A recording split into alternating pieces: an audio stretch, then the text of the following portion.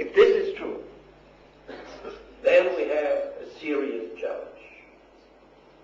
And this challenge means that today, with 6.7 billion people, in the midst of the century, 9 billion people, we will face a very serious global crisis, because the threat for the global environment and for regional environment will be extreme. We are talking today about climate change, and the last figures are very alarming. The climate change, the process of changing the climate, has accelerated. It was not reduced. And there is a new global responsibility for all of us. But it's not only about the environment, ladies and gentlemen. When we talk about the world financial and world economic crisis, there are also, I think, some very important thoughts which should be discussed. Everybody now believes in stimulus packages, that public investments should turn around the economic decline. Now, if we look back to the early 30s to the United States, there is a good message that the New Deal indeed reduced the decline, stopped it on a very low level. But the bad message is that the real turnaround in the United States was the Second World War, and prolonging the Second World War, the Cold War. Now, thanks God, war between the huge powers in the 21st century, based on mutual destruction, is not any longer an option.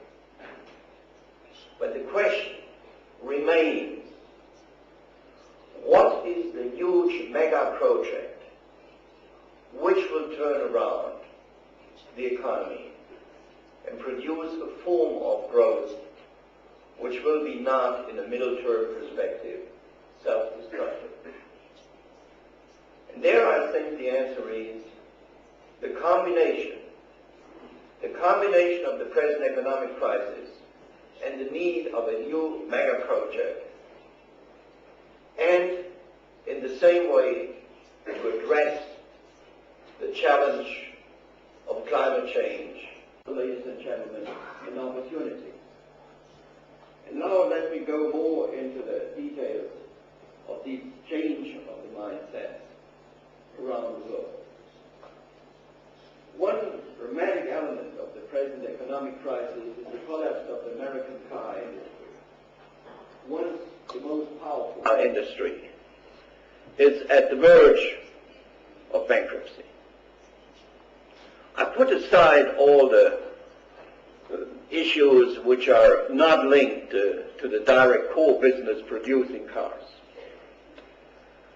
But if we analyze very carefully the reasons for the threat of a complete failure of General Motors and some other American car industries compared to European, of this analysis, you will see the difference in the energy prices in the US and in Europe and Japan and Korea. And strangely enough, there are also similarities with the collapse of the economic collapse of the Soviet system. And it's based on subsidies. The prices in the US, the energy prices, the gas prices, didn't reflect the real costs. So nice for the consumers, you will say. But in the middle-term perspective, was a very dangerous ramification for the competitiveness of the industry. Because the prices were kept low in the United States. There was a lack of innovation in the U.S. car industry. And if you compare Japan and Europe with the American car industry, you will see over the decades a technological gap. A technological gap which was created based on the differences in the energy prices. The European and American, Japanese car makers were pushed forward by higher energy prices. And what was the reaction of the industry? The reaction of the industry was to develop technological answers towards more energy efficiency. So today, if you compare American cars with European or Japanese, Asian cars, you will see a striking difference in energy efficiency. This is a lesson which shouldn't be forgotten. High energy prices is a pressure towards technological innovation to more energy efficiency. I never understood why it should be. I understand why driving a car, at least for men, has a certain sex appeal. I shall. But I never understood the sex appeal of burning fuel.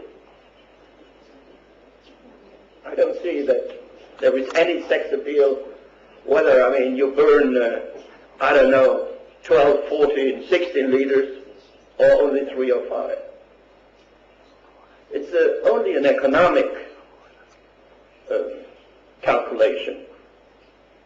But it makes an important difference for the environment and for the competitiveness of the technology. So there is a ratio, ladies and gentlemen, between advanced technology and energy efficiency today. Not only in the car sector.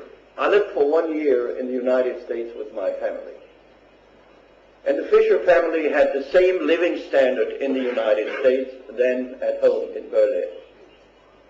But analyzing my household in the U.S. with the same living standard, the same family, and compared it to my household in Berlin, there was an important difference in energy efficiency. Our standards in the EU today are more advanced than in the US. We still consume too much energy, but compared to the reality in the US with the same middle-class household, we are much better today. In the US, based again on political reasons, you still, in wintertime, I heated the garden, and in summertime, I cooled the same garden.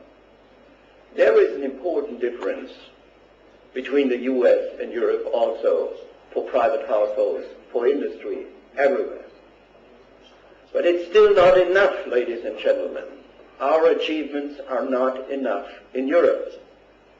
If we compare our energy consumption on a global level, the global environment,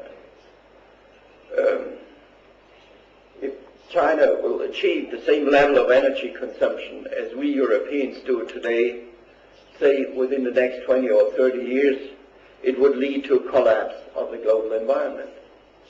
So we are still on the wrong side of the equation.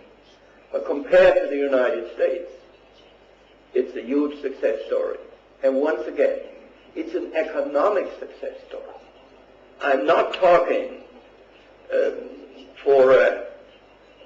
from the perspective only of an environmental, of an improvement of the environment, from an environmental standpoint.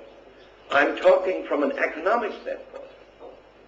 The introduction of new technologies, of passive energy preservation measures.